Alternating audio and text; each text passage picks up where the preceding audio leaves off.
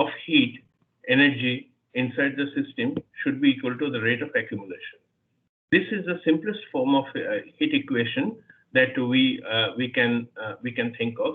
But what is missing here is something that I have written over here. For the case of a Cartesian coordinate, what would the equation would look like?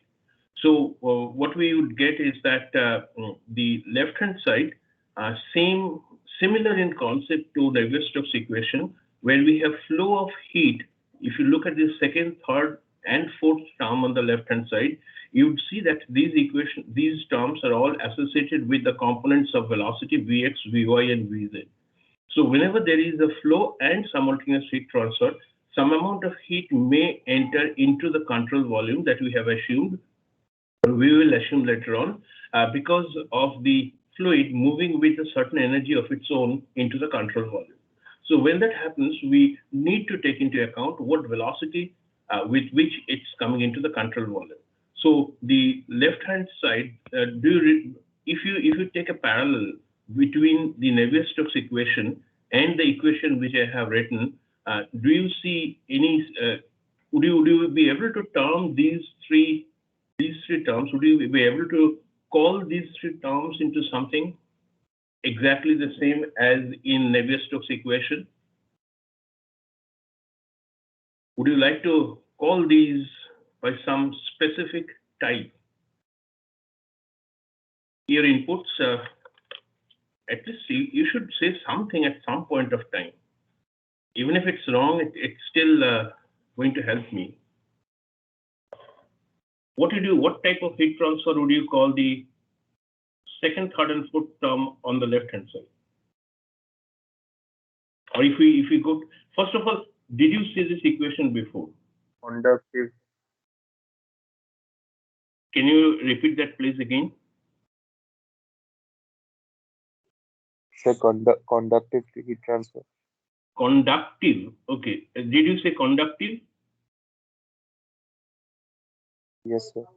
Okay. Let's say that this is conductive heat transfer. So if you come to the right-hand side, then what did you call the three terms that are there inside the first bracket? If you analyze any of these terms, let's say k d2t dx square, it can also be written as let's say this term. It can be written as k times del x of del t del x. Okay, so that's the one. And if I take the if I bring the k in here, so k del t del x, what would that mean? What kind of heat transfer mechanism that I am referring to? K del t del x.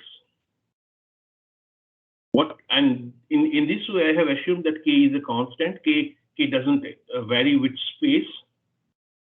So if I bring the k inside, it's simply going to be del x of bracket k del t del x. What did you call that? Does any law come to your mind when you say that it's k del t del x?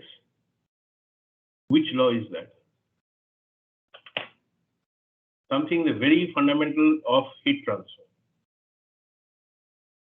This much I am sure all of you know, but for whatever reason you are not responding, but I would like to hear the answer from you before I proceed.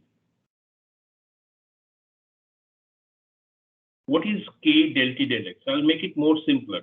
Let's call it as minus k del t del x. What is minus k del t del x equal to?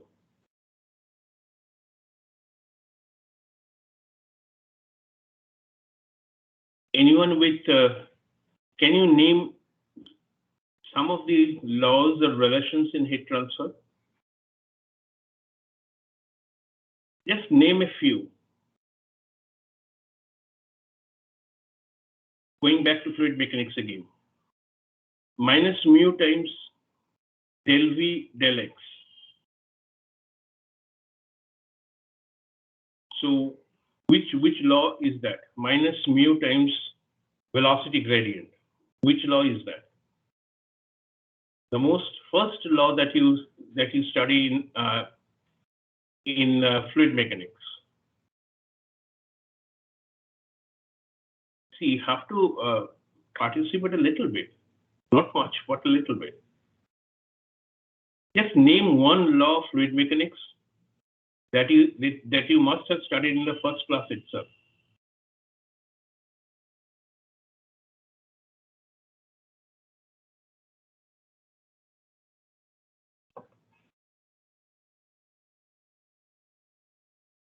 How many of you have just a few?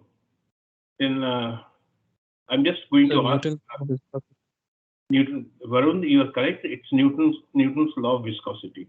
So if that is Newton's law of viscosity, which says that the momentum transfer is simply proportional to the velocity gradient, if we say that heat transfer is proportional to the temperature gradient, which law comes to your mind? Sir, I guess the conduction. Conduction. And which law is that? Sir, I just forgot the name, but if you tell me the concept or describe it qualitatively. Sir, two-dimensional heat transfer, I guess. Conductive heat transfer. Conductive heat transfer. Fine. So conductive heat transfer, and we know that this equation it will come back to your mind. It's known as the Fourier's law of conduction. Does that ring a bell? Okay. So it's Fourier's law of heat conduction. So therefore, implicitly you are saying that the three terms on the right hand side inside the first bracket, they refer to conductive heat transfer. So it's the kind of heat transfer where the medium doesn't move, the molecules oscillate and transfer energy from one to the other, and thereby the heat gets conducted from one point to the other. So these three terms essentially mean that they refer to conductive heat transfer. So what is going to be this Vx, del T, del X? What would you call them? Here you understand that with the velocity, it means convective heat transfer. So exactly, if you take the parallel from the Navier-Stokes equation, the left-hand side term of Navier-Stokes equation was conductive momentum transfer. The right-hand side was viscous transport, molecular transport of momentum. So what we have on this side is the convective transport of energy, which arises due to the actual motion of the medium into the control volume, specified by the presence of the velocity explicitly into these terms. So second, third, and fourth are convective heat transfer, and the one on the right hand side, the first three terms in the bracket, they refer to conductive heat transfer. So of course, when you have a control volume, you can have heat getting into the control volume because of conduction or because of actual motion of the fluid, which is nothing but convection. So what is this term? This refers to the transient heat transport, where the temperature besides a function of three spatial coordinates x, y, z, it could also be a function of time.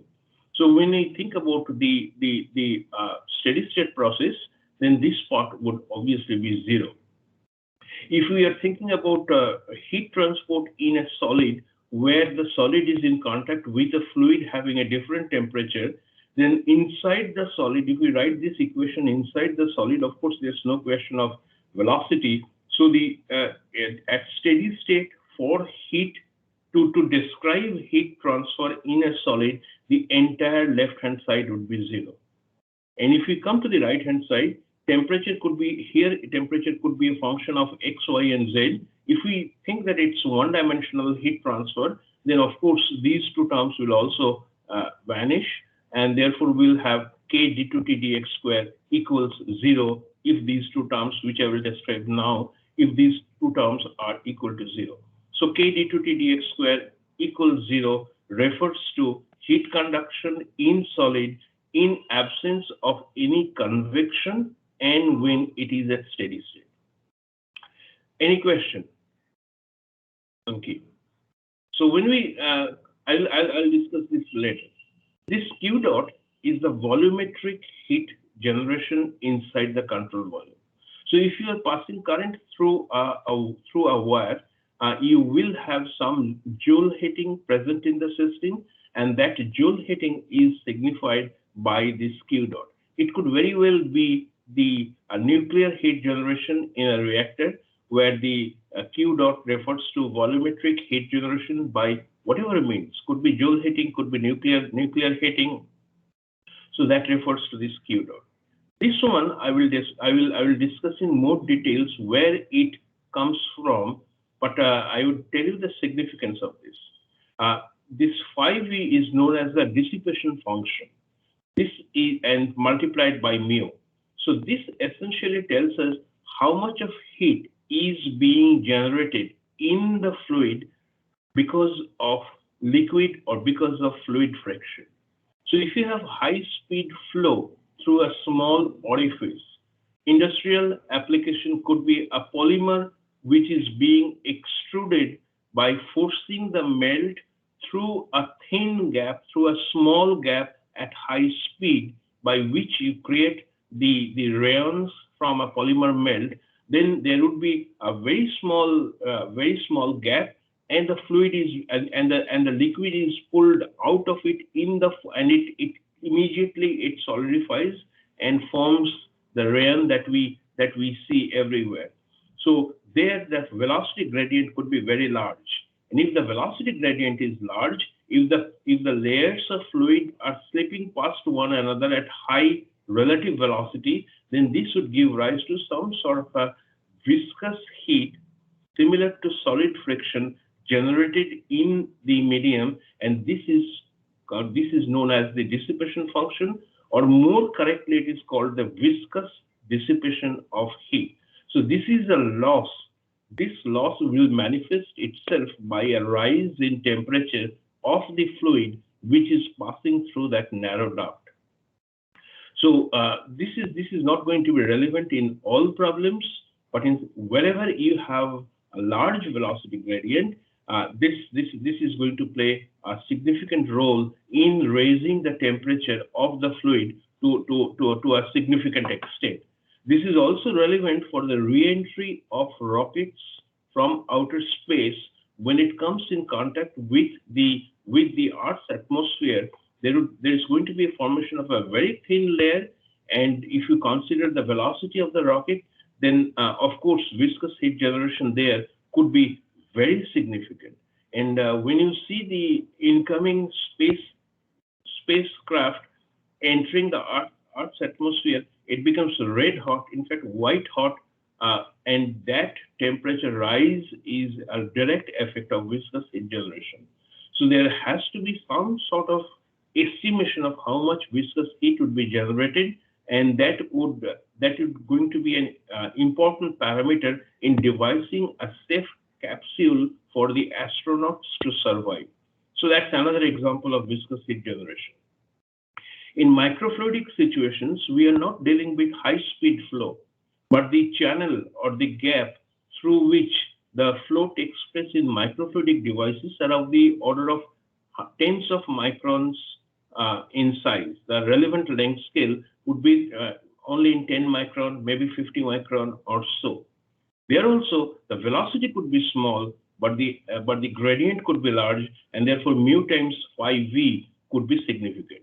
So in polymer extrusion, in spacecraft re-entry, and in microfluidic situations, this term may play a significant role.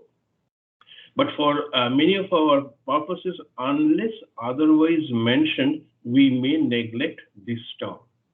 So that's essentially an example of the energy equation in Cartesian coordinate systems. And of course, the same equation can be expressed in other coordinate systems, which I will introduce later. Have you seen this equation? Yes or no answer? In whole or in part? In part. You mean you have worked with probably the first term on the left-hand side, right-hand side? Yes, sir. So now I think I have explained why we need to consider the convective heat transfer involving fluids. amount of heat generated inside the fluid due to some other means, the viscous heat dissipation, and of course the transient heat transfer part. If we only having conduction and no viscous heat dissipation, this is going to be the form of the equation. And what are the possible boundary conditions that can be used to solve simple problems? For example, if it's a one-dimensional heat transfer only case. So T is a function of x, k d2t dx square plus q dot equals 0. So what could be the possible boundary conditions? You tell me. Any boundary condition that comes to your mind? And So whenever, please repeat once. So could you repeat the last sentence that you? What I said is that if I am dealing with a simple situation, for example, it's a one-dimensional steady-state heat conduction problem, then of course the left-hand side is going to be 0 since it's a steady state, and that there may or may not be viscous dissipation. So the governing equation will have the form of k d2t dx square if the temperature is changing only in the x direction, plus volumetric heat generation to be equal to 0. So 1D steady state approximation of the equation in absence of convection. You need obviously two conditions on two boundary conditions. So can you tell me what could be the possible? X equals 0 and x equals at the other end, the temperature at both ends. So you specify the location, x equals 0 or whatever, and you know the temperature. So one possible condition would be known temperature at a specific location. That is going to be one type of boundary condition. What could be the similar situation in fluid mechanics, in momentum transfer that we have studied so far? I guess no slip condition. No slip condition is a perfect example of knowing the velocity at a given location, that is in the liquid-solid interface. The velocity would be 0. If you also consider the boundary layer phenomena, then the velocity is also specified at the other end. That means at a distance x equals delta. You have the velocity equal to the free stream velocity. So two temperatures are specified at two different locations. Anything else? Let's say only one temperature you know that is specified at a given location. What could be the other physical boundary condition that you can impose based on your understanding?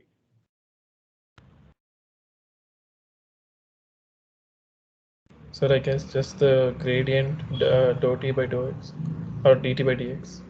Dt by dx in this case, that is going to be specified.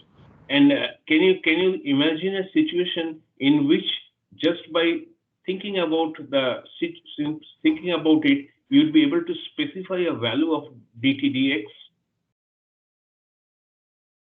What physical condition would give you a value for the dt dx? Constant heat flux. Constant heat flux, fine. So at the boundary between the solid and the liquids, let's say I have a solid over here and a liquid in contact with it, the two temperatures are different. So whatever heat that comes in by convection from the liquid side to the solid, let's say the temperature of the liquid is more than that of the solid. So at this boundary, so this is the entire solid. And let's say that the temperature varies only with x. So if that's the case, so what is going to be the boundary condition? That you have correctly mentioned that del T del X at this point is known to us. What I am going to say is I am going to take this, the thin one line that I have drawn to be my control surface. And if I go back to my definition of control surface, it doesn't have a mass of its own. So if it doesn't have a mass of its own, it cannot store any energy. Anything that comes goes into the other side of the surface without affecting without creating any storage term in there. So whatever the heat that comes in from the liquid to the solid is going to be transported, in this case by a conductive mechanism, into the solid. So what would be the heat transfer that goes into the solid at this location. How do you mathematically represent that? Once again, the solid is obviously there cannot be any convection. All the convection is on the liquid side. So what is going to be the amount of heat that enters the solid side?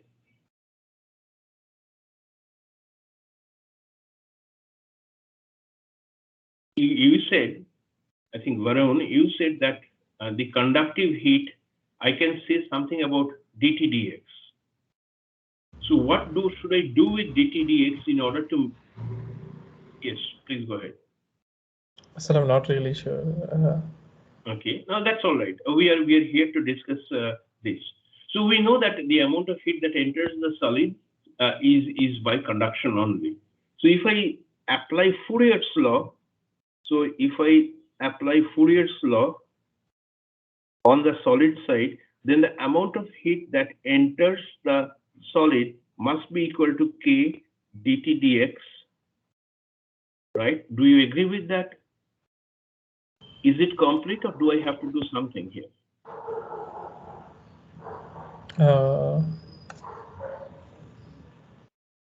I need to specify a location. Yes, sir. Where it enters, yes, sir. Right, let's call it as x equals 0.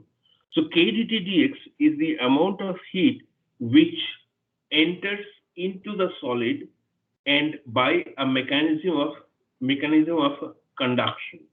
On the other side, on the liquid side, let's say its temperature is Ts and the temperature of the liquid is TL. So on the other side, it's convection. So what is the customary engineering relation that is used to denote convection? How do you express the heat transfer, convective heat transfer from the liquid all the way up to the surface? Sir, I guess Newton's law of cooling, so HA. H, which is the heat transfer, convective heat transfer coefficient, times TL minus TS. I have cancelled the area from both sides.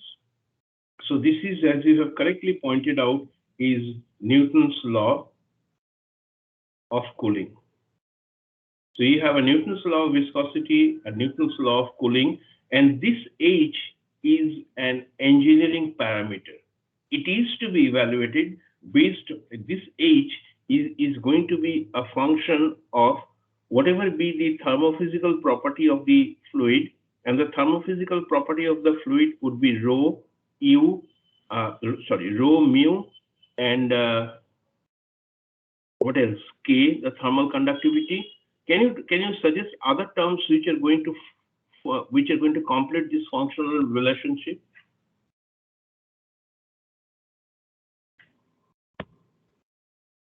What could be the other factors which are to be put in here? Sir, heat capacity. Heat capacity, fine. I agree with heat capacity. What else could be there?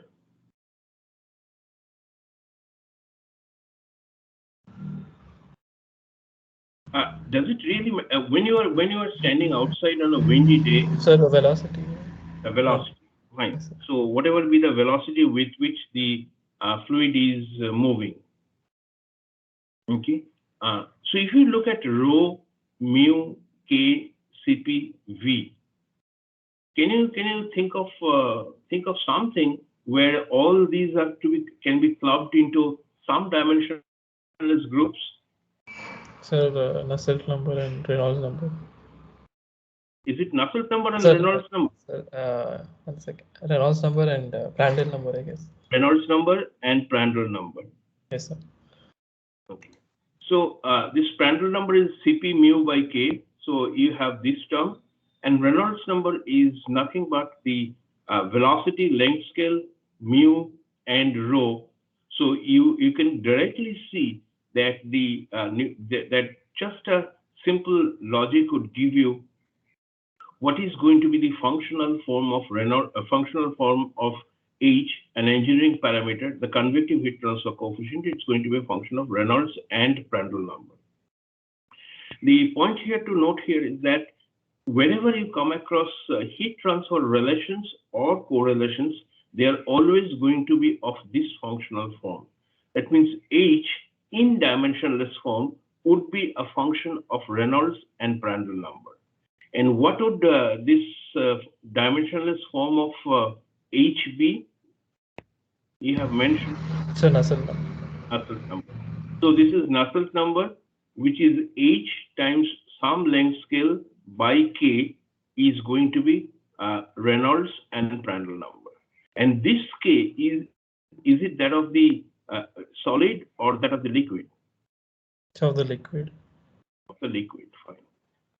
So we have now understood that why Nusselt number should have the functional form of Reynolds and Prandtl. And many times, especially in empirical correlations, you would see that Nusselt number is Reynolds to the power something, Prandtl to the power something else. Okay, there could be a constant in front of this as well, and we would read more about it as we move along. So the two boundary conditions that I have mentioned, one is temperature is known, and the equality of the temperature at the interface. That is also obvious, because temperature on the liquid side of the interface and the temperature on the solid side of the interface are equal. That means there is continuity of temperature at the interface. There is no temperature jump across this interface. The temperatures are always going to be the same. The same way we have, please stop me if there is any question. The same way we have temperature equality at the interface, we are also going to have a physical condition which we can see for a perfect insulation and for an adiabatic surface, nothing gets transported to the solid or from the solid. So if it's a perfect insulation, then this part minus k dt dx would be equal to 0, because no heat comes from the left hand side, no heat can get transported past the control surface. So for that, if it's a perfect insulation and or an adiabatic surface, dt dx is equal to 0 at some specified location. And in the figure that I have drawn here, at x equal to 0, dt dx will be 0 if this is perfectly insulated. The one I have already, this is the mixed boundary condition, this I have already described, that minus k dt dx at x equals L or whatever, wherever x equals 0, doesn't matter. Conceptual rate remains the same, h t of the surface minus t of infinity. So these are the four common boundary conditions that are used to solve this type of equations. Or and this is what we should always think about corollaries with the fluid mechanics. So velocity could be specified, and the velocity at the interface, if the interface is formed by the junction of two fluids flowing side by side without any intermixing, then the velocity on the liquid one side and velocity on the liquid two side would be equal to 0. The convective flux to the solid fluid interface is equal to the convective flux away. We can have a similar situation in the no shear condition where we have this gradient, that is the transport of momentum, let's say for a liquid air surface, which we have analyzed before. The transport of momentum through the liquid air interface is generally 0, and k dv dx at x equals that location would be equal to 0. But what is the equivalent of 3 in fluid mechanics?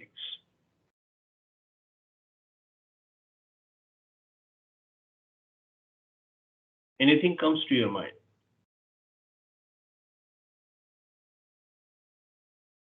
Let's say So equivalence of number 3, that dv dx would be equal to 0.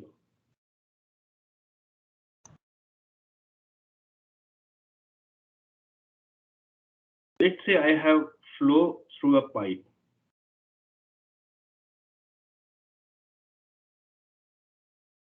So it's fully developed flow. Fully developed flow, but here in this case, I don't get misled by x. The way I have written it is, this is my x direction. So if that's so, can you specify a location where dvdx would be equal to 0? I'm not taking x as the actual distance, which generally we denote, but let's talk about it as if it's perpendicular to the flow. In pipe flow problem, is this condition equal to 0? Sir, I guess if you've taken x perpendicular, then at the center line. At the center line. So over here, the velocity profile would most likely be parabolic in laminar flow. And if it is parabolic, then at this point, that is at x equals whatever, 0 or x equals at the center line, the velocity would be 0. So in that case, that's something similar to adiabatic surface in fluid mechanics. Example of an adiabatic surface in the same line as pipe flow that you can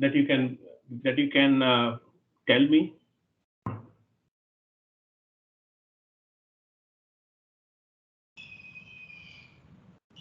Sir, I guess only pressure driven flow or something like that. Let's talk about conduction only. So make it simple. A conduction only situation.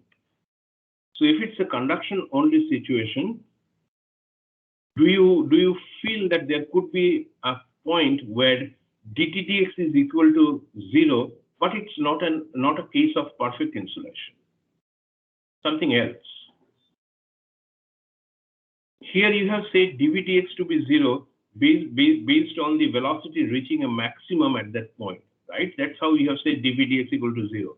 So if we take a solid where some amount of q dot heat is being generated, let's think of it as an electrical wire while it is conducting electricity, where do you think the maximum in temperature would be? At the center. At the center line. So at the center line, the temperature would be maximum. And at this point, even though it's wrong to say that it is an adiabatic surface, wrong to say that it is an insulated surface, it is still an adiabatic surface. And at that location, dTdx would be equal to 0. So these are the similarities with the fluid flow momentum transfer that we have studied so far, and the possible boundary conditions for the case of heat transfer. Any question?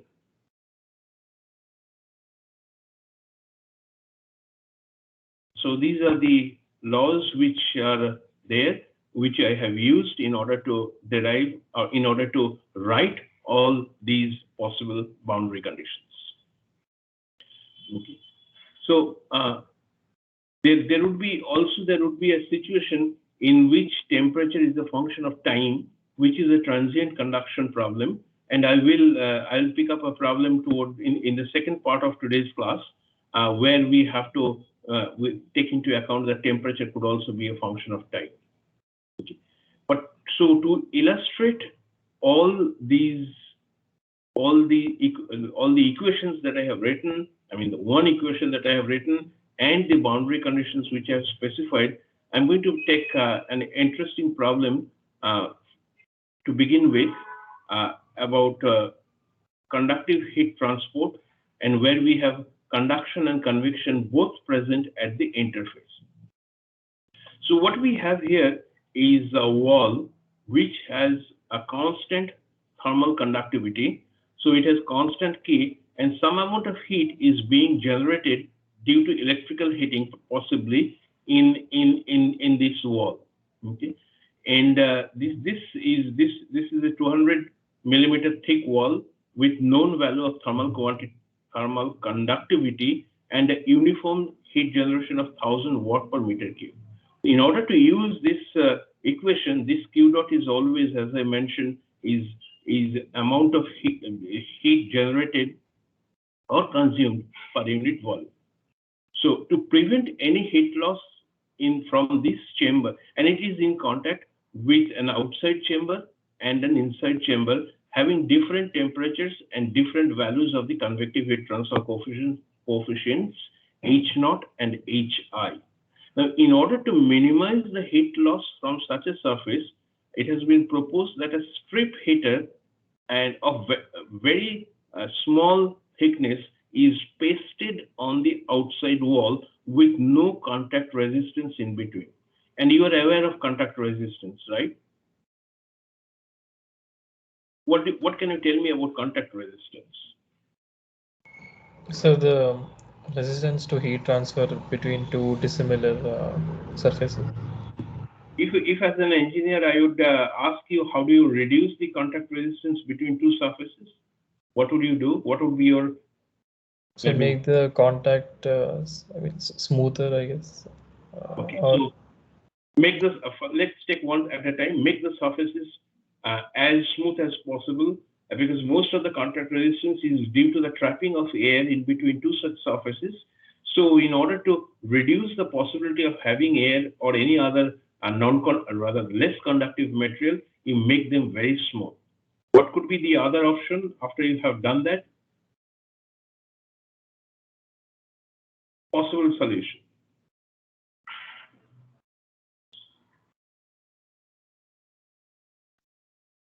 You have a cup of tea in a styrofoam cup, okay, and you're trying to hold it. How are you going to hold the cup so that your fingers do not get burned? so at the edges. At the edges, but if let's say it's up to the filled up to the brim. Or from below, I guess.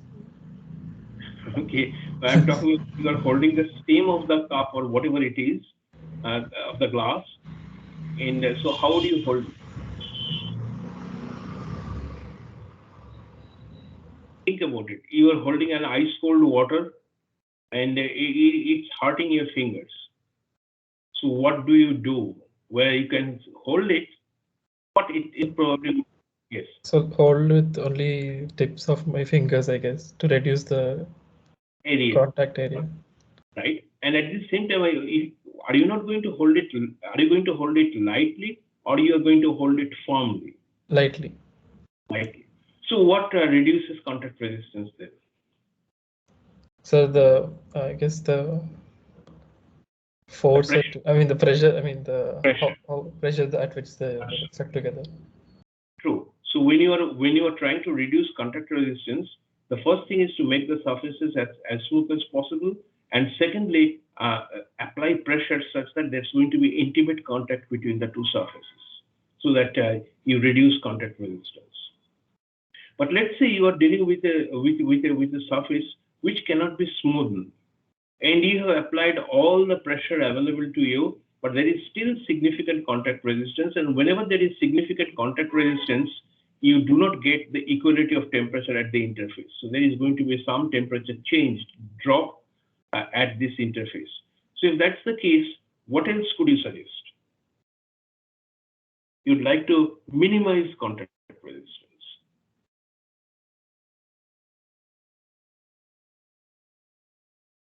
Any idea? So Random maybe use some intermediate intermediate. some intermediate material between the two surfaces. What could be that material? The So a foam. very high conductive. I'm not sure, but No, go ahead. Doesn't matter. You're coming up sir, I guess something that can highly conductive. yes, Is sir, it highly conductive, like a sheet of metal or something. okay? Like a sheet of metal would probably not be very efficient because you are then introducing two more contact resistances at the two interfaces between the metal sheet that you have Yes, sir. introduced on two Yes, sir. sides. So what else could you suggest then? You are on the right track. It's on the on. It's the form of the material that you are, if you can, or state of the material, if you can think So it liquid, I guess. liquid. So liquid with a high thermal conductivity is sometimes put uh, intentionally on rough surfaces to get rid of the air trap and to provide a better contact between the two solids. And of course, if you have to choose such a liquid, apart from high thermal conductivity, what else could you suggest about the property of the interstitial liquid that you are prescribing for reducing contact resistance? Sir, I think What properties should it have from practical application point of view? Can you Low put heat what? capacity. Pardon me? Low heat capacity.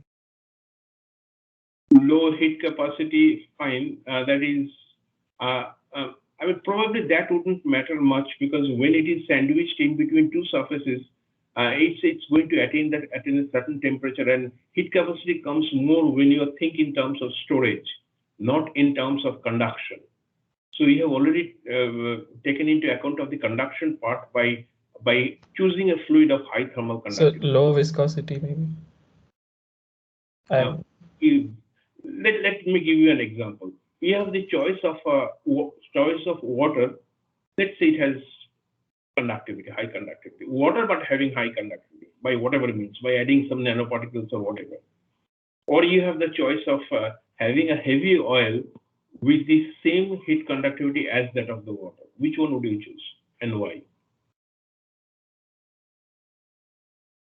Application point of view. What property of heavy oil makes it a better candidate for an interstitial fluid? It has to have a high boiling point. Otherwise, the liquid will simply disappear when you are putting it in there. So high boiling point is definitely one requirement, and also less flowability. It should not flow such that the top of the surface is going to get drained very soon. So it should have high viscosity. So the choice would be dictated by heat transfer and by fluid mechanics, a part which I'm trying to stress in this course, that you always have to think both in terms of fluid mechanics and heat transfer simultaneously. And that comes when we choose the liquid with high boiling point, high thermal conductivity, and high value of viscosity, such that it will stay there for a long time. Anyway, so I just digressed too much. So this strip heater is added to the solid wall, and there is no contact resistance. The strip heater can be switched on and off by creating some amount of additional heat flux, which is denoted by Q naught double prime. And the values of HO, etc., are specified.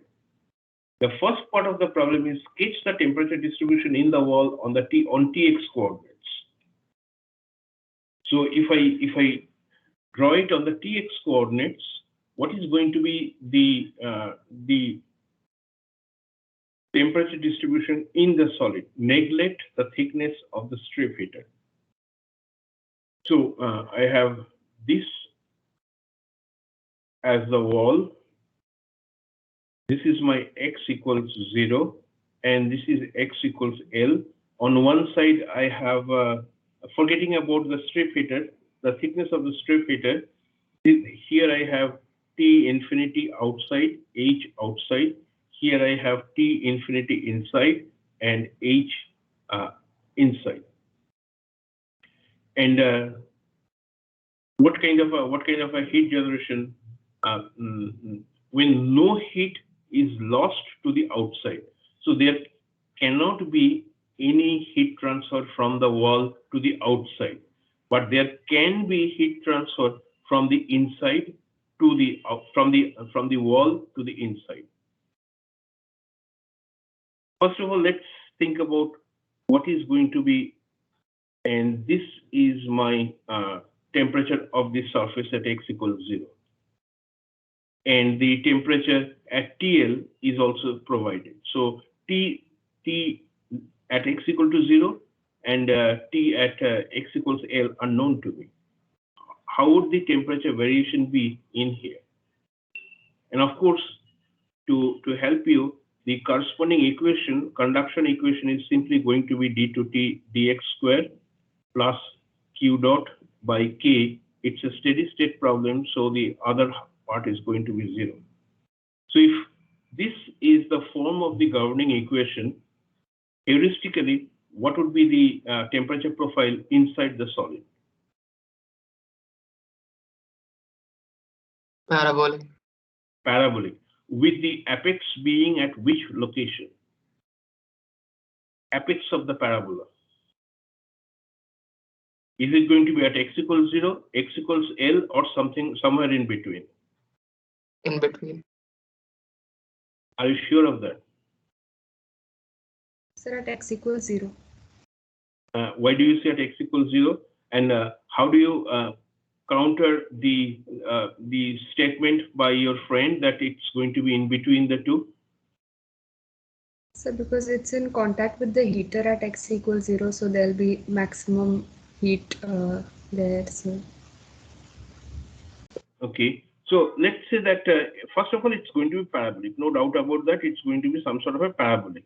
Now, one other option that is mentioned by one of you is that it is going to be something like this. So this is my, just assume this is parabola. My drawing is very poor. So let's assume this is my choice 1. This is going to be choice 2. So what makes you say that 2 is not feasible? Remember that some amount of heat is being generated in the wall all the time.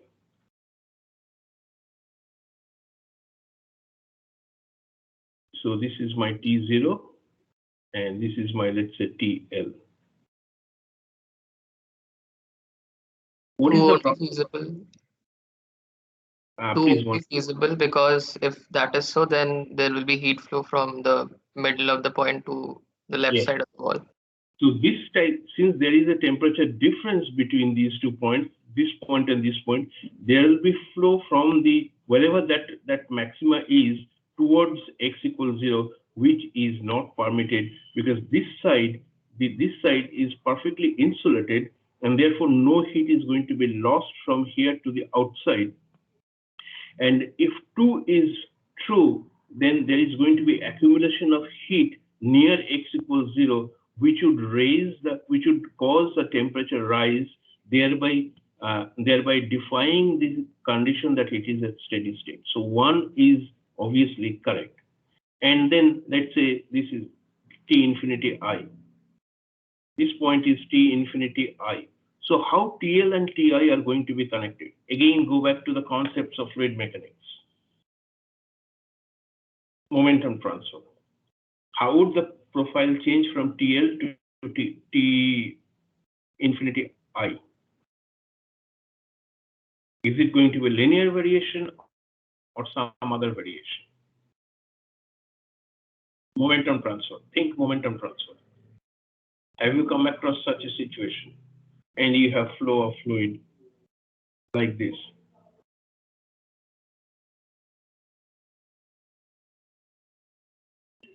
Is it going to be from TL to T infinity I by a straight line or by some other profile? So it'll be, I guess, like similar to how a boundary layer looks. It'll slowly, like a curve, not a straight line though. Not a straight line, fine, but how? First of all, identify the corollary with the momentum transfer. When you have flow and you have a surface, what happens to the velocity profile? So it goes from 0 to 0 at the boundary to Some velocity. Yes, for velocity profile. Over a thickness of? The whole boundary layer. And the thickness of the boundary layer is in the order of?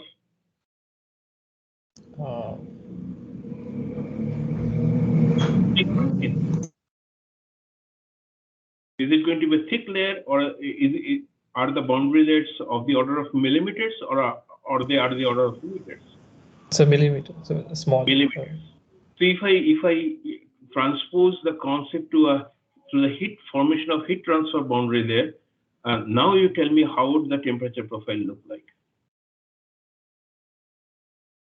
You remember how the velocity profile look like? So it's going to be So I guess there'll be an initial drop, a significant drop, and then it'll stabilize to T infinity. so it's going to be a sharp drop, and then it's going to be T infinity. So this is what you can. This is again.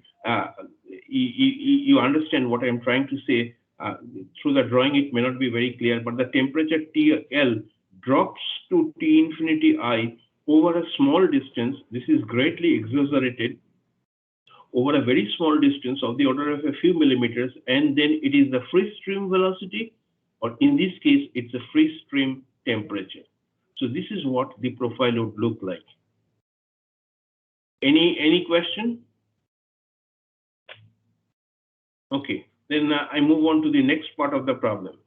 What are the temperatures T infinity and TL for the conditions of part A? So what are T infinity and TL? And third, okay, we'll come to the third later on. So this sketch I have already done. What are the temperatures T infinity and TL for conditions of part A? That is the condition where no heat generated within the wall is lost to the outside of the chamber. And we know that the amount of heat generated is in here is Q dot. So my governing condition is d to t dx squared plus Q dot phi k would be equal to 0. And therefore, obviously, my temperature is going to be, as you have correctly identified, it's going to be the parabolic distribution. Okay. And tell me the two boundary conditions which are relevant here.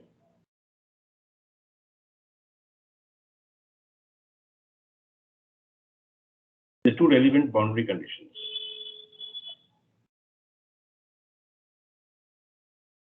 X equals 0 and X equals L, the temperatures are known. Temperatures are not known here. You have to find out what are T0 and TL. But physically, can you tell? dt by dx at X equals 0 will be 0. This is because it's perfectly insulated. So that's my condition 1. What is going to be my condition 2? And of course, it has to be at X equals L. What would be my condition at X equals L? So that equality of temperature. So H. I mean, I cannot say equality of temperature in here that way. Equality of temperature is only for this point. Equality of temperature is only for this point. Equality of temperature is here only. I do not know what is the temperature inside how the temperature develops in the boundary layer. Had it been in contact with a. Sir, I meant the equality of heat. So like Newton's law of cooling and conductive heat transfer is equal there. So, How do we get rid of this? Okay. So what you have said is the equality of heat. So equality of conductive heat must be equal to the convective heat. Okay. So if the temperature of the of here is TL, so what are you going to write for the conductive heat? It's simply going to be minus K dt dx evaluated at X equals L. And on the other hand, right hand side, what is going to be the right hand side? so H into T infinity. I times T, that is TL minus T infinity I. So these are the two boundary conditions. Any question? So when you solve for that, you are going to find out that T at L is going to be equal to 60 degrees when you plug in the numbers and everything. And T at X equals 0, that is T0, is going to be equal to 65. Okay, I will not do, you can do it on your own. The third condition is Any question? Yes, sir. So for the temperature profile inside the solid, I didn't understand why it was concave down. Like why not concave up? Okay, it's because of the temperatures which is specified in the problem. Let me go back to the problem. The where it is. T infinity inside is 50 degrees centigrade.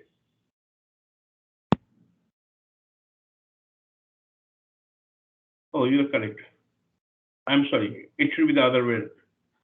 It should be the other way around. You are correct that the T infinity outside is less than T infinity inside, so it should be convex up.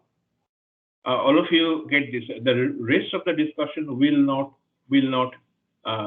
change. The temperature on the outside is provided at 25 degrees centigrade, and the temperature inside is provided at 50 degrees centigrade. So the profile that I have drawn is simply going to be reverse.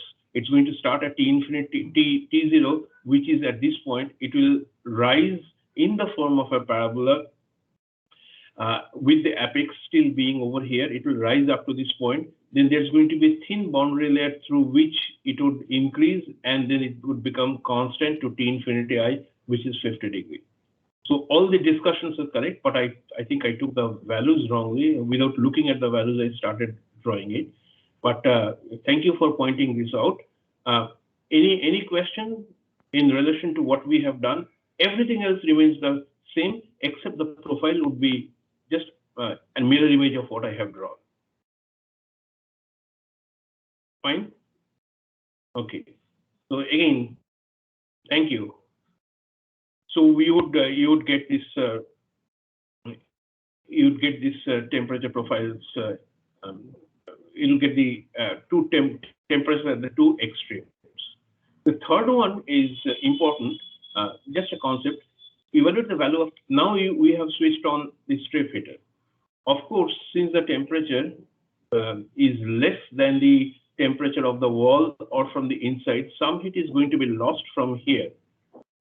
So in order to prevent this loss, the strip heater is switched on. And so what it provides some amount of heat flux to this control surface, to this point, to the outside of the wall. So what is the heat to be supplied which will not allow, so that all heat generated is transferred to the inside of the chamber, not to the outside.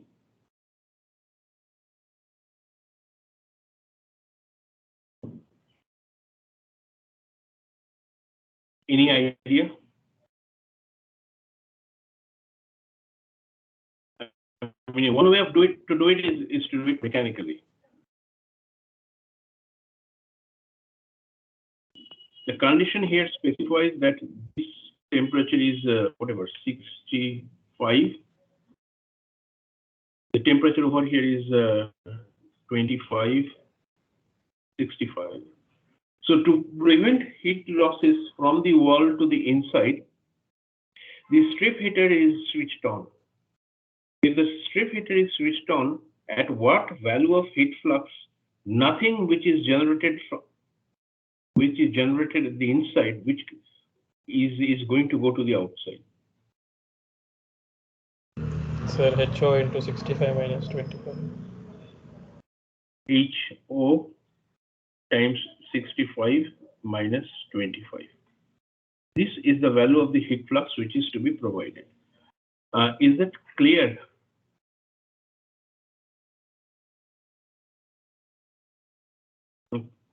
So essentially what you are doing is you are slowly increasing the value of the strip heater. Let's say the at three conditions.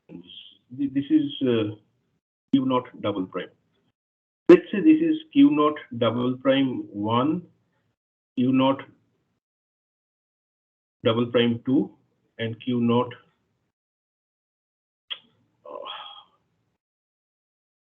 3. And these are like this.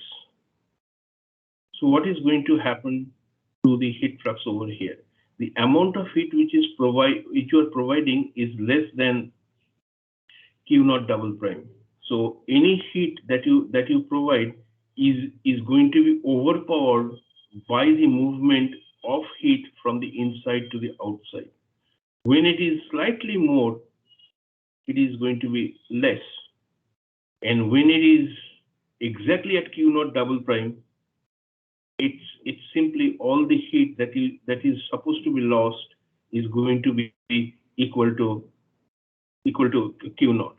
And if your Q naught double prime 4 is larger than this value of Q naught, what is going to be the how would this arrow would look like?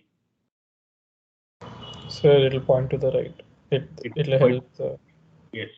So the amount of heat that you provide at the strip heater, part of it is obviously going to be lost. You cannot close that. There will always be some amount of heat lost from the strip heater to the outside. But if Q naught double prime 4 is more than Q naught, then a part of it is going to come to the inside. Conceptually, is it clear to all of you? Okay, I assume that you understood this problem. The last part is if the heat generation in the wall were switched off, will the heat flux to the strip heater remain constant? What would be the steady state temperature T naught of the outer wall surface?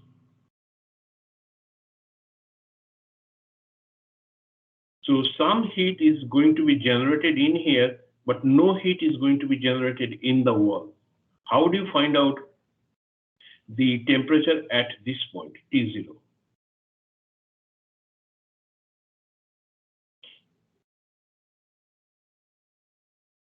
This point is my T0. I am adding heat Q naught double prime, Q double prime, which is the amount of heat that we have calculated in this case. This is Q naught double prime. Okay. And on this side, I have the wall and then air. On this side, I have air.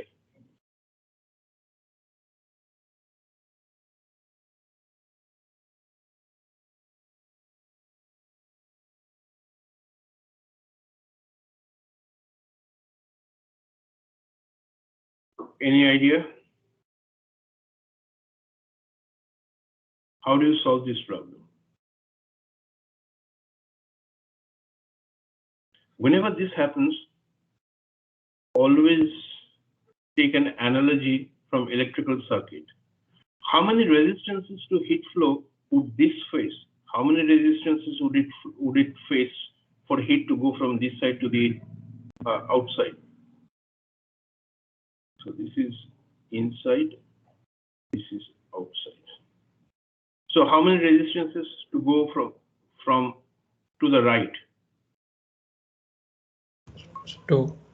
2. So one is conduction in the wall, then it reaches at the junction between the wall and the air, and then you have another resistance.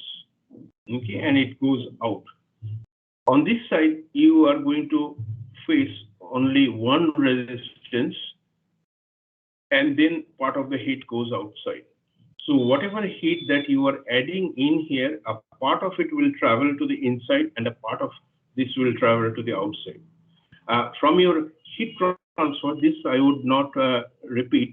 You already know that this is going to be L by K, and this is what is, so this is the conduction resistance. How do you generally denote convection resistance? Do you recall that? The convection resistance is always 1 by H times A or 1 by H, whereas the conduction resistance for Cartesian coordinate systems is L by Ka, or if you express it in terms of heat flux, it's going to be L by K. So this is going to be 1 by H I, and this is going to be 1 by H O. So you know all the values of L, K, HI, HO, and Q naught. So if you do that, you would find out for this special case, this temperature at x equal to 0 would be equal to 55 C. Okay, so I have covered quite a bit of concepts in here in terms of the temperature profile, in terms of the boundary conditions, in terms of the physical explanation of the problem sometimes provides us with additional conditions, and the special case where you are forcing the movement of heat and force it to change its direction in some cases, or provide just enough, as in the previous case, just enough heat so that it is going to halt the movement of the halt the movement of it in a specific direction. When this happens, what happens to this Q naught double prime? This Q naught double prime, the value of which you have calculated, let's say it's 100 watts per 100 watts per meter square. What happens to this heat? If this Q naught is 100 watts per meter square, for this special case, when all heat generated within the wall is transferred to the inside, but what happens to Q naught double prime? It cannot come to the wall because it says that all the heat generated within the wall is transferred to the inside, but nothing from the strip heater comes in. So, when you are using this equality of amount of heat generated is equal to amount of heat transferred, that provides you with the special condition. My question is, what happens to the heat that you supply over here?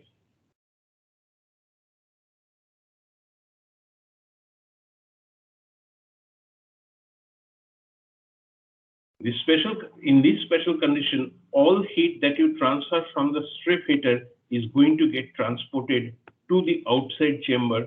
Nothing goes in. Is that part clear? Yes, sir. You want yes or no? Yes, sir. Yes. Okay. Anyone having any problem in understanding this concept?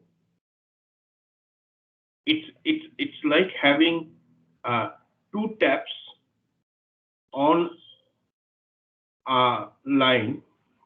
When you have this on, then part of it is going to come this way, part of it is coming to this side. Then you start passing water through this. So if the amount of water that you are putting in is small, then it's going to overcome this, and everything would go to the left.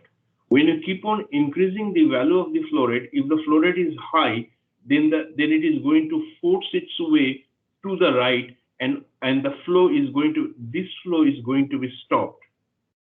But if you can manage it perfectly in sync with this, then all the water that you supply will go through this side, but it will not allow any water to cross.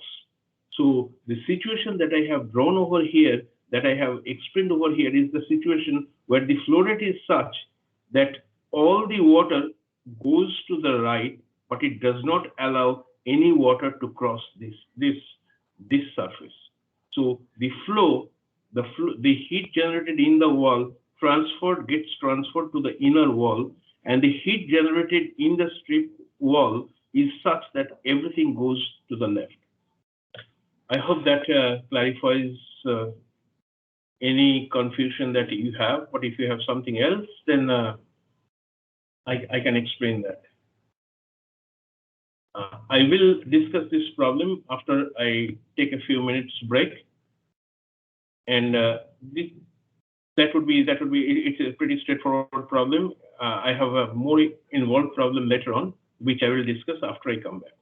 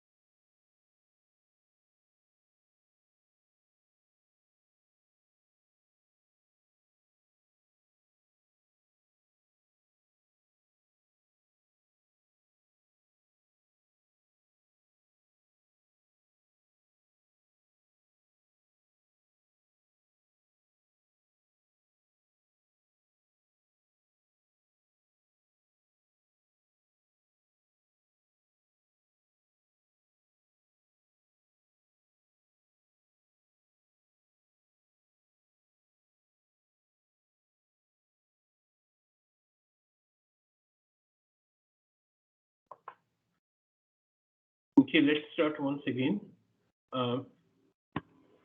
You can see the slide and you can hear me clearly, right? Yes, sir. Okay. So I'm only going to discuss this problem very briefly. Yeah, the problem has been solved here, so you could take a look at it later. It's a plain wall of thickness L, which shields the nuclear reactor, and the inner surface receives gamma radiation, which is going to cause an universal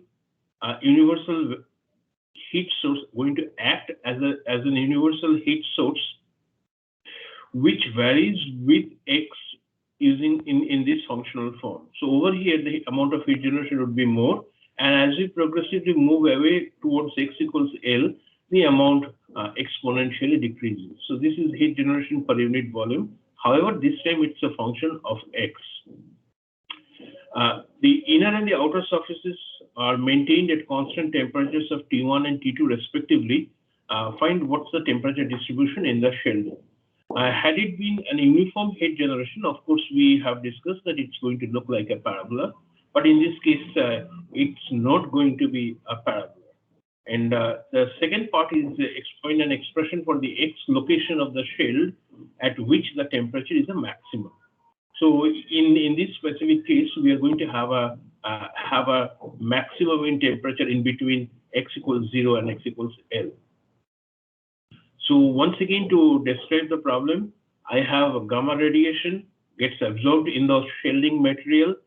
This creates an uniform generation, non-uniform generation of heat following this functional form, and you have to find out the temperature profile and is going to where the temperature is going to be maximum, and so that's the problem.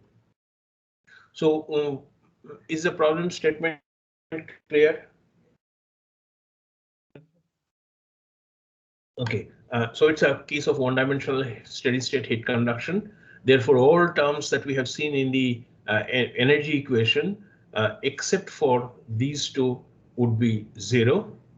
And once this is my governing equation, and in this case, Q naught is provided, and once you integrate this, you are going to get the temperature distribution. I'll skip these parts because there's no conceptual understanding is needed over here, but you have to solve for C1 and C2.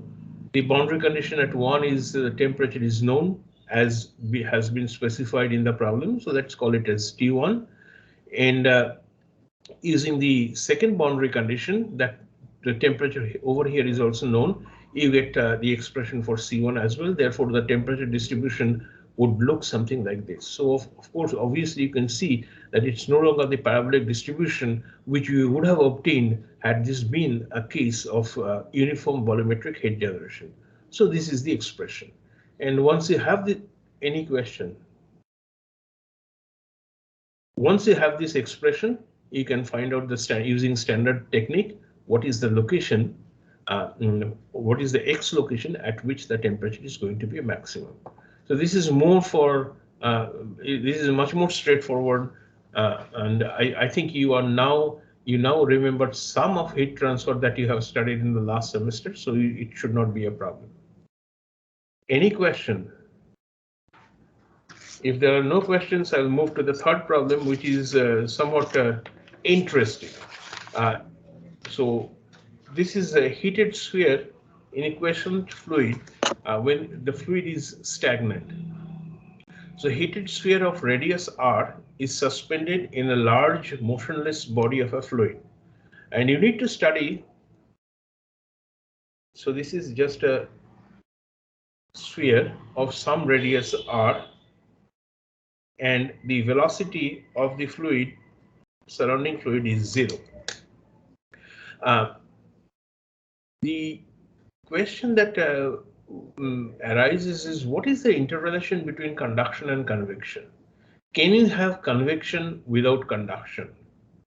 Can you have conduction without convection? Give me an example where you have conduction but no convection.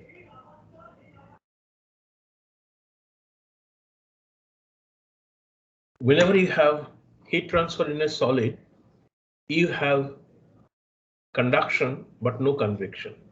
That part is sure. But let's say that you have a solid block. If I consider the heat transfer within the block, I only have conduction, but no convection. But let's say there is a fluid surrounding it which is moving. So of course, at this point, I am going to have, is it going to be conduction or is it going to be convection?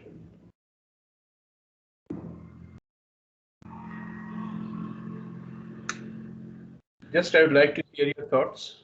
I think very close to the boundary it will be conduction. Whosoever is speaking, I couldn't hear it. It's very low. Can you speak a bit loudly, please? Sir, I said that very close to the boundary, I guess there'll be conduction to then facilitate convection in the layers above it. Perfect. So let's think about these are molecules.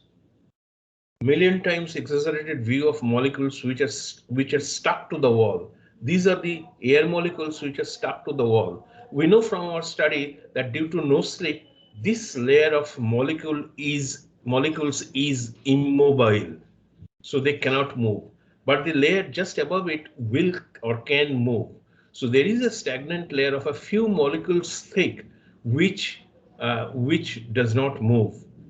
So, but on the other side of that, you have molecules which are mobile, and as they are mobile, the principal mode of heat transfer changes from conduction to convection. But there will always be this layer where the mode of heat transfer is going to be only conduction, as there is no velocity. So you cannot have convection without conduction. So over here, it is always convection plus conduction, but inside the solid, it's only conduction. So this is something which we are trying to get a better understanding in this case. So over here, I have a solid ball, solid sphere, and it's in a motionless body of fluid. So we understand that if we have some motion, if V is not equal to 0, there's going to be conduction and convection both present at this boundary. But if we like to take an asymptotic view of progressively reducing the velocity till it reaches 0, till the point where the convection is completely switched off, I cannot solve that directly, but I would get an idea of what would the asymptotic value going to be in terms of heat transfer. So that's the problem which we are trying to solve. The sphere is maintained at a temperature of Tr, and at a point far from the sphere, obviously outside of the boundary layer, this temperature is T infinity. We need to find the functional relationship of the temperature of the surrounding fluid as a function of R. R is the distance from the center of the sphere. So I would like to find how would the temperature vary with R, and the thermal conductivity of the fluid is a constant. And we need to find an expression for the Nusselt number. We have discussed what Nusselt number is for this special case. Is it clear now?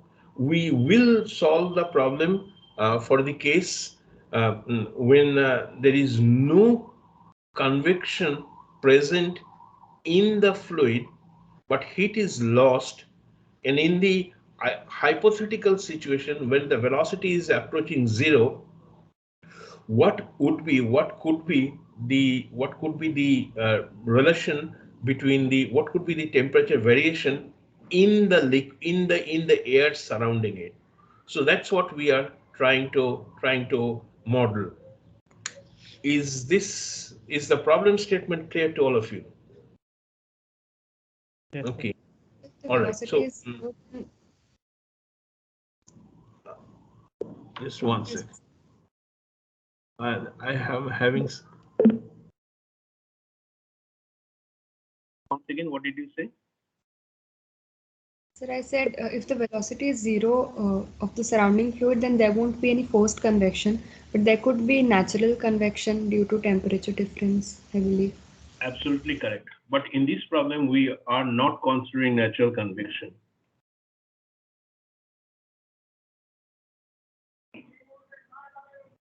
Okay, but maybe we can say that we are considering natural convection for the very special case where the velocity is zero. So we'll look into that. I'll discuss more of it later on when I discuss this problem. First of all, do you know the answer to this problem? Have you done this problem in your heat transfer class?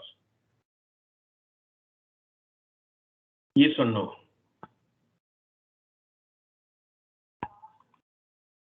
Sir, I don't think so. Okay.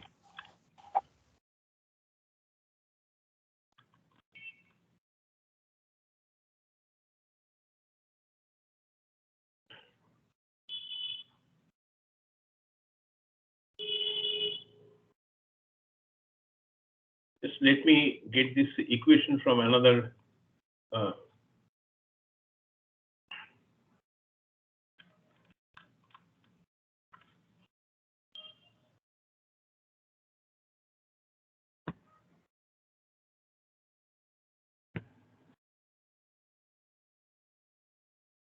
So, of course, you could see that we would need to use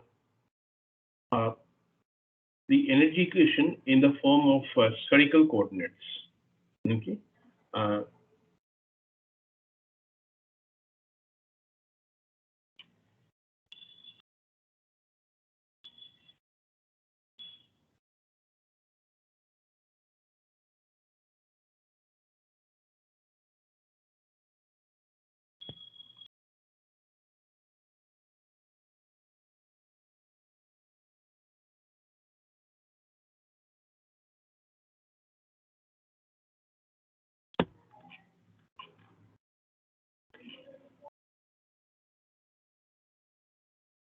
Let me just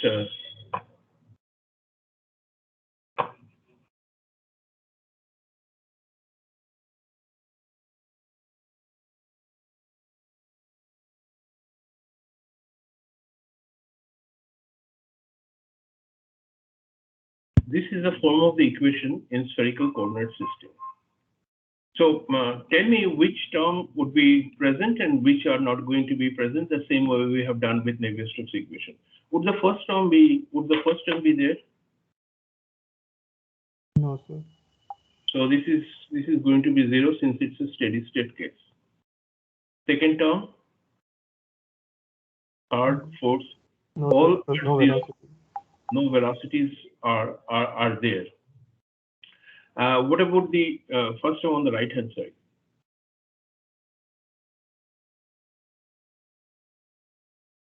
Is t a function of r?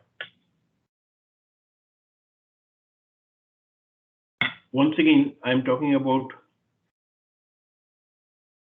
for the fluid, for the air surrounding it. So this is my t, how it varies from this point over here. So would the first term be present in the governing equation? So the first term would be there. The second term? Sir, no, sir, because it's symmetric. Okay. And since there is no flow, forget about high-speed flow, this term would be zero. And there is not going to be any heat generation in the sphere. So this equation essentially then reduces to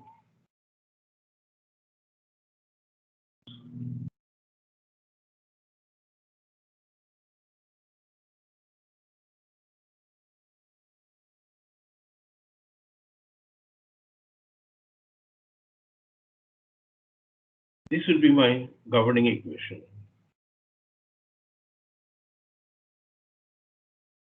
And if my k is constant, then I can take the k outside.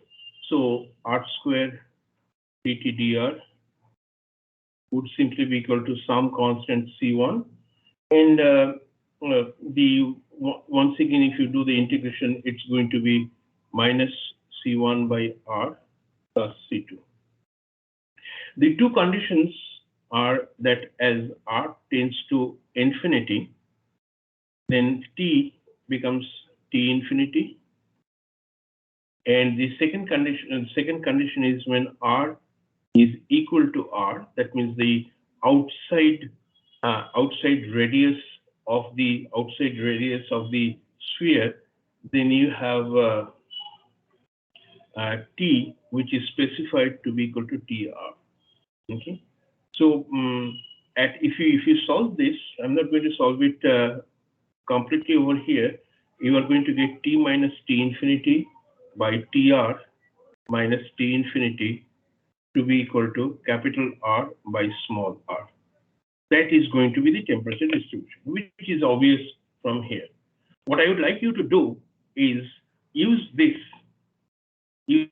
expression that we have obtained and Newton's law of cooling, evaluate an expression for Nusselt number for this case. Please do that and tell me what's the answer. Once again, this is the profile that we have obtained just few steps from the governing equation. What is the expression for Nusselt number in this case?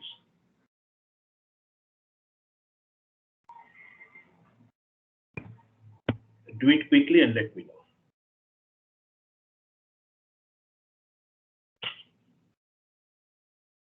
And you know that Nusselt number is defined as H length scale by K.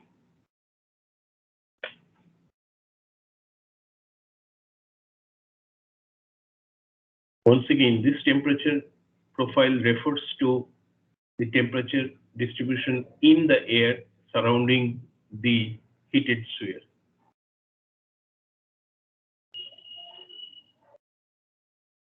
So this is for the air, how the temperature changes over here, not inside.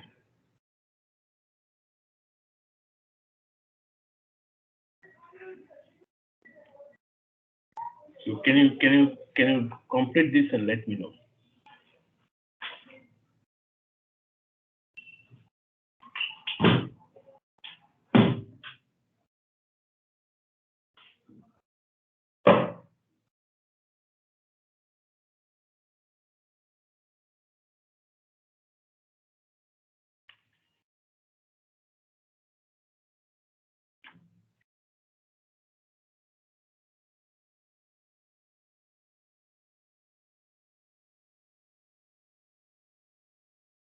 Of course, this refers to a peculiar situation in which you have no flow, but I'm still asking you to find out the value of Nusselt number, so to say.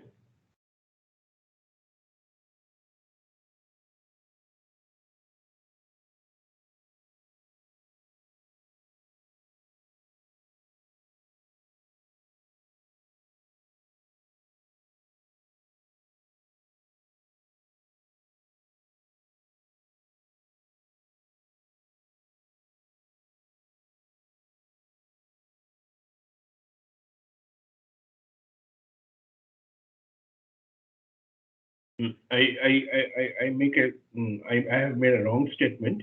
The way I have written this governing equation, this temperature is essentially T as a function of R inside the solid.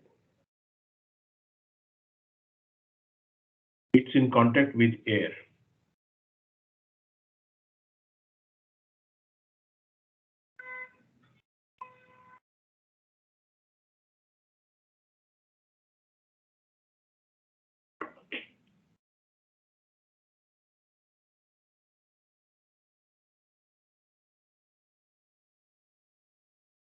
It's a two-line problem if you get the concept right.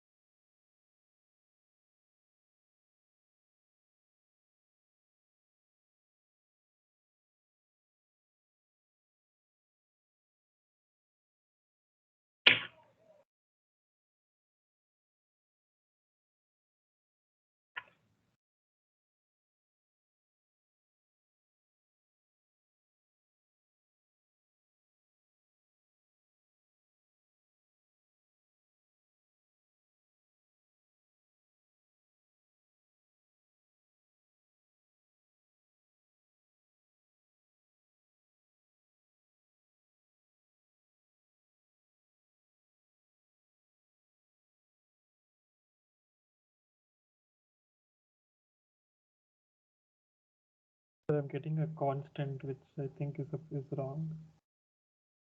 What is the result that you are getting? Nusselt number? I'm getting it to be 2. This is the result that you have got. And can you tell me what is the physics that you have used at the interface? So that continuity of heat, basically. I used conduction and then convection at the other boundary. So Newton's law of cooling and conduction. Yes, sir, basically that. That's what you have used. Yes, sir. So if I talk about conduction, it is simply going to be minus k dt dr evaluated at r equals capital R. And what did you write on the right hand side? H into T R minus T infinity. Okay, and then you have substituted this expression of T in there. Yes, And sir. after everything is cancelled, what you should get is HR by K to be equal to 1 and HD by K therefore would be equal to 2, which is nothing but Nusselt number. So you could see that for the hypothetical case, because we know that when a heated sphere is in contact with a motionless body of fluid, there could be very little or no convection if I assume that the natural convection is the effect of natural convection is rather insignificant, as one of you have pointed out before. So if I plot Nusselt number as a function of Reynolds number, how would it look? Would the value of, is it going to be an increasing curve or a decreasing curve? Sorry, increasing. Increasing. So let's assume that it increases like this. And Reynolds number smaller value means we are slowly progressing toward approaching the case where the velocity becomes smaller and smaller. However, the concept becomes slightly fuzzy when we set the velocity to be exactly equal to 0. Because if I set the velocity equal to 0, the Q convection doesn't mean anything. Because if the velocity is 0, then through the air, the heat transfer is going to be only by conduction and not by convection. Is that part clear? Okay. So in that hypothetical imaginary situation where the velocity is set equal to 0, the point that Newton's law loses its relevance or loses its applicability, because H is not defined for the case where the velocity is equal to 0, because convection doesn't exist. So what I have then is, if I hypothetically extend this curve to the point where velocity is 0, this is the condition which is given by the value of Nusselt number equals 2. So if you look at any reference or any text of heat transfer, you would always say that Nusselt number expression is 2.0 plus some function of Reynolds number. Okay, so this value of Nusselt number to be equal to 2 comes from the analysis that if you set Reynolds number, that means the velocity to be equal to 0, this is the asymptotic hypothetical value of Nusselt number which you can expect.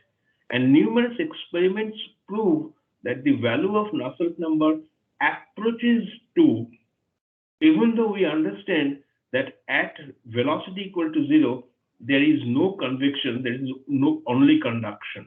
So you can see Nusselt number to be equal to 2 refers to a case where there is going to be only conductive heat transfer, or it's the equivalent form of Nusselt number when there is no flow of air. Am I clear? Any question that you may have? So I could not extend the line. That's why I have used a dotted line over here to denote that our definition of Nusselt number starts to break down when the velocity becoming small, but asymptotically it should approach a value of 2. And this gives us a handle that why should there be a positive slope, positive intercept for the case of velocity to be equal to 0. Fine. In the remaining 1 minute, I'm going to speak a bit about transient conduction. But for that, I would like to know that whether or not you have studied conductive heat transfer, transient heat conduction in heat transfer. Yes or no? Yes, sir, we have. You have. Okay. Any term, that you remember from transient conduction? I guess lumped capacitance. Lumped capacitance model. So you are aware of lumped capacitance model, and you are also any other technique besides lumped capacitance? Doesn't matter. Let's talk a bit about transient conduction just to recap your memory, and then we'll go into the description.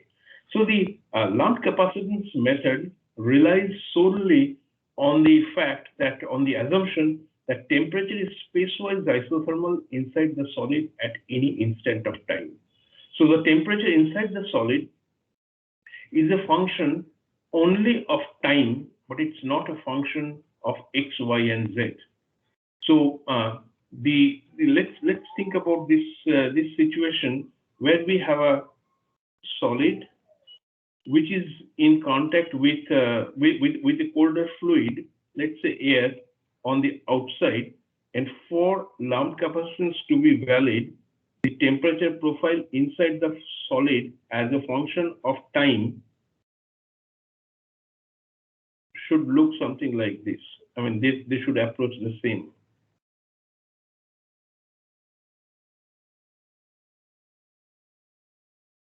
Okay, so as time increases, at T equal to 0, temperature is everywhere uniform, but temperature reduces to a new value at T1 and at T2. Okay? But whatever happens, you could see that the temperature is always going to be constant. Now, again, using your physical understanding, when do you think this can happen? Which time it is? Conductivity in the solid. Conductivity is extremely high. That is for sure one way of so thermal conductivity of the solid plays a major role in that. Anything else which would create this condition?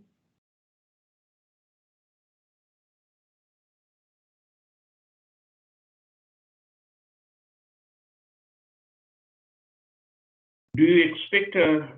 Would you like to say something about the length scale? Those are very small, so that it reaches the new temperature state very quickly. Right. So for a very thin strip of metal, you could possibly get something close to constant temperature. Anything else? So you have specified the solid side. Anything that you would like to say about the liquid? I mean about the air side.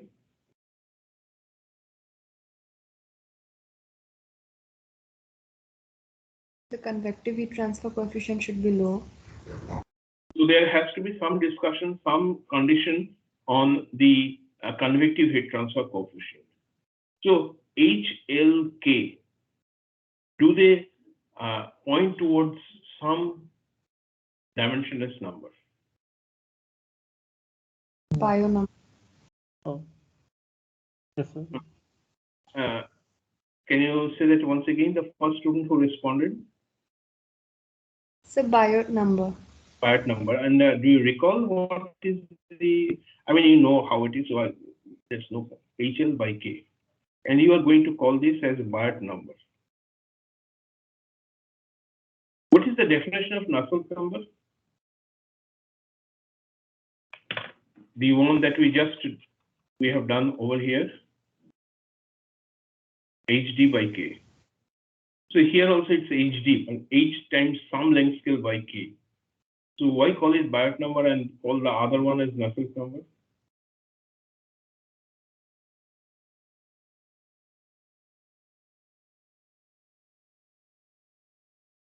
See, I have got you there. That's a favorite question in some of the vivas. Do you see any difference between this definition and the other definition? Sir, I think K in the Biot number refers to that of the solid, whereas for Nusselt number, it corresponds to that of the liquid. Absolutely correct. So this Ks that you see in Biot number is that of the solid, whereas the Nusselt number is that of the liquid. Okay, because you are considering conduction in the solid, and therefore this case comes over here. So it is valid if the conduction resistance inside the solid is considerably less than the convective resistance at the periphery. So that's something which you would get, and so therefore you are looking at small values of H, the convective heat transfer coefficient, a thin dimension in terms of the in terms of the thickness or the prevalent length scale of the solid, and Ks is that of the solid. And you all know that this Biot number has to be very small as compared to 1 in order for this assumption to be valid for it to for us to use lumped capacitance method. Now, what is the point of having this lumped capacitance method? I would like to use this equation, in minus out plus generation equal to stored. And this kind of transient conduction, as you know, industrially is very relevant in quenching. So if you're making steel, so you can tune the hardness of the steel that you make, not only by varying the amount of carbon that you add in there, but also by making it undergo different thermal cycles during cooling, so as to make it more stiff or malleable or whatever other properties that you would like to impart. So in the case of, let's say, we are having a steel strip or a steel ball, and you are quenching it in water, and it's an ideal example of transient conduction, which happens in the industry all the time. There are various ways to cool the steel strip as it emerges from the rolling mill, by spraying water on it or by doing other things. So if we write the fundamental equation, which you should always start with for the case of transport phenomena course, any term in here which you can set equal to 0.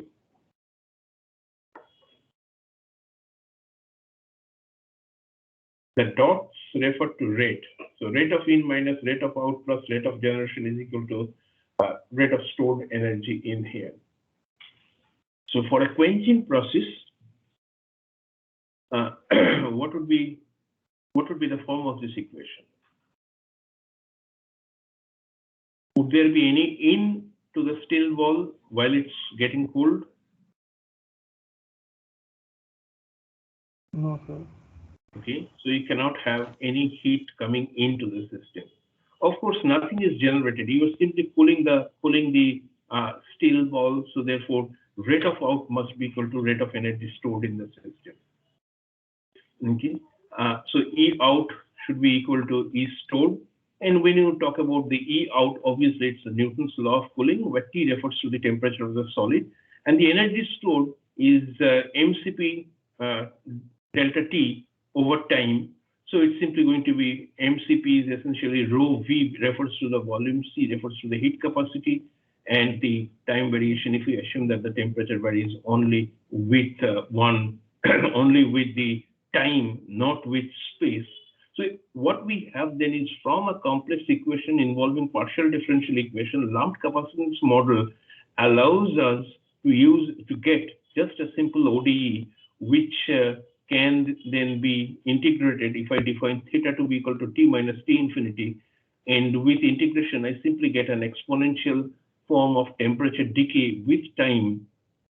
And the exponent in here tells you that what has to happen, what are the properties that you have to have for the solid in order to get some sort of